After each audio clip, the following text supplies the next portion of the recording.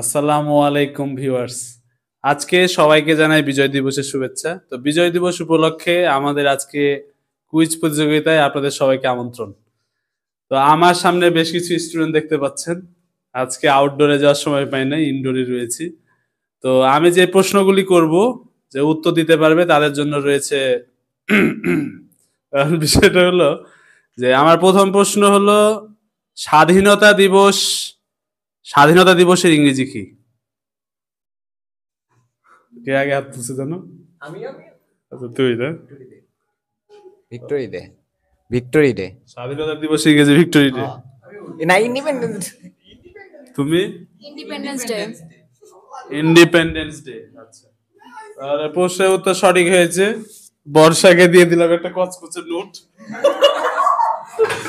দ্বিতীয় প্রশ্ন, শহীদ দিবস। আমরা সবাই শুনি শহীদ দিবস। তো শহীদ দিবসকে ইংরেজিতে কি বলে? Intellectuals day. হ্যাঁ, ইন্টেলেকচুয়ালস ডে ইন্টেলেকচুয়ালস ডে। বা martyr day. Martyr day. Martyrs ডেটাই পারফেক্ট। আছে। আবার ভালো করে বলো। Martyrs day. Martyrs day. ওইটা ওইটা ওইটা মুশকিল। এইবার ঠিক আছে। আচ্ছা, আজকে 16 ডিসেম্বর আমাদের মানে কাছে পাক হানাদার বাহিনীরা কি করছিল? আত্মসমর্পণ করছিল, তাই না? আমার প্রশ্ন এটা না। আমার প্রশ্ন হলো যে কতজন সৈন্য নিয়ে আত্মসমর্পণ করেছিল? 94,000। 94,000? হ্যাঁ। 94,000 ভুল অ্যান্সার। হ্যাঁ, 93,000 সোলজার্স। আচ্ছা, বাংলায় বল। 93,000 সৈনিক। 93,000। হ্যাঁ। আচ্ছা, তুই এর আগে পাইছিস না?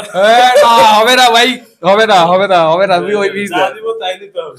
নেক্সট প্রশ্ন হলো ঢাকা কত নম্বর সেক্টরে ছিল যুদ্ধের সময়? ঢাকা কত নম্বর সেক্টরে ছিল? 7 নম্বর। 7 নম্বর সেক্টর। শিওর? 7 নম্বরে তো আমার মতে রাজশাহী ছিল।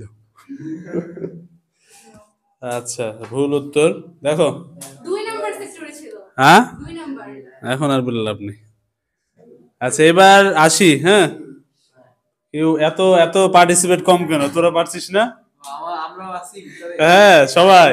আচ্ছা আচ্ছা, এখন পরবর্তী প্রশ্ন, যে একমাত্র নৌ সেক্টর ছিল বাংলাদেশে, মানে যখন যুদ্ধ চলছিল তখন নৌ সেক্টর, ওই নৌ পথটাকে কত নম্বর সেক্টরে রাখা হয়েছিল?